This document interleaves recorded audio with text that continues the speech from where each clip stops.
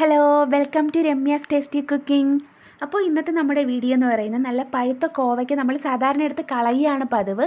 അപ്പോൾ ആ പഴുത്ത കോവയ്ക്ക വെച്ചിട്ട് അടിപൊളി ഒരു ഐറ്റമാണ് തയ്യാറാക്കുന്നത്. അപ്പോൾ അതിന് മുമ്പായി എൻ്റെ ഈ ഇങ്ങനത്തെ നല്ല ഹെൽത്തി വീഡിയോസൊക്കെ കാണാനായിട്ട് ചാനലൊന്ന് സബ്സ്ക്രൈബ് ചെയ്യുക. അപ്പോൾ ഞാനിവിടെ കോവയ്ക്ക 4ആയിട്ട് കീറിയെടുത്തിട്ടുണ്ട്. ഇതിലേക്ക് മഞ്ഞൾപ്പൊടി, മുളക് പൊടി, ആവശ്യത്തിനുള്ള ഉപ്പ് ഇത്രയും ചേർത്തിട്ട് നന്നായിട്ടൊന്ന് മിക്സ് ചെയ്തിട്ടെടുക്കാം. ഇത് ഇഡലി തട്ടിൽ വെച്ചിട്ട് ഒരു 2-3 മിനിറ്റ് നമുക്കൊന്ന് ആവി കയറ്റിയെടുക്കാം.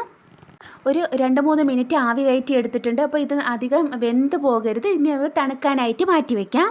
വേറൊരു പാത്രത്തിലോട്ട് മാറ്റിയിട്ടുണ്ട്. അപ്പോൾ ഇതിനെ നമുക്ക് വെയിലത്ത് വെച്ചൊന്ന് ഉണക്കിയിട്ടെടുക്കാം.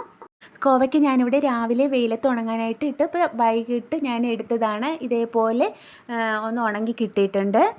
ഇത് 3-ാമത്തെ ദിവസമാണ്. 3-ാമത്തെ ദിവസം നന്നായിട്ട് കോവയ്ക്ക ഉണങ്ങി കിട്ടിയിട്ടുണ്ട്. ഇനി ഒരു ചീനിച്ചട്ടിയിൽ നമുക്ക് എണ്ണ ഒഴിച്ചു കൊടുക്കാം. അപ്പോൾ എണ്ണ ഒന്ന് തിളച്ച് വരുമ്പോഴത്തേക്ക് നമ്മൾ ഉണക്കി വെച്ചിരിക്കുന്ന കോവയ്ക്ക ഇതിലേക്ക് ഇട്ട് നന്നായിട്ടൊന്ന് ഫ്രൈ ചെയ്തെടുക്കാം. അപ്പോൾ നമ്മൾ ടേസ്റ്റി ആയിട്ടുള്ള കോവയ്ക്ക ഫ്രൈ ഇവിടെ റെഡി ആയിട്ടുണ്ട്. നമുക്ക് ചായയുടെ കൂടെ സ്നാക്സ് ആയിട്ടും അതേപോലെ തന്നെ നമുക്ക് ചോറിൻ്റെ കൂടെയൊക്കെ കഴിക്കാനായിട്ട് അടിപൊളിയാണിത്. അപ്പോൾ ഇതേപോലത്തെ നല്ല ഹെൽത്തി വീഡിയോസൊക്കെ കാണാനായിട്ട് ചാനലൊന്ന് സബ്സ്ക്രൈബ് ചെയ്ത് കൂടെ വായോ. അപ്പോൾ നമുക്ക് അടുത്ത വീഡിയോയിലൂടെ വീണ്ടും കാണാം. താങ്ക്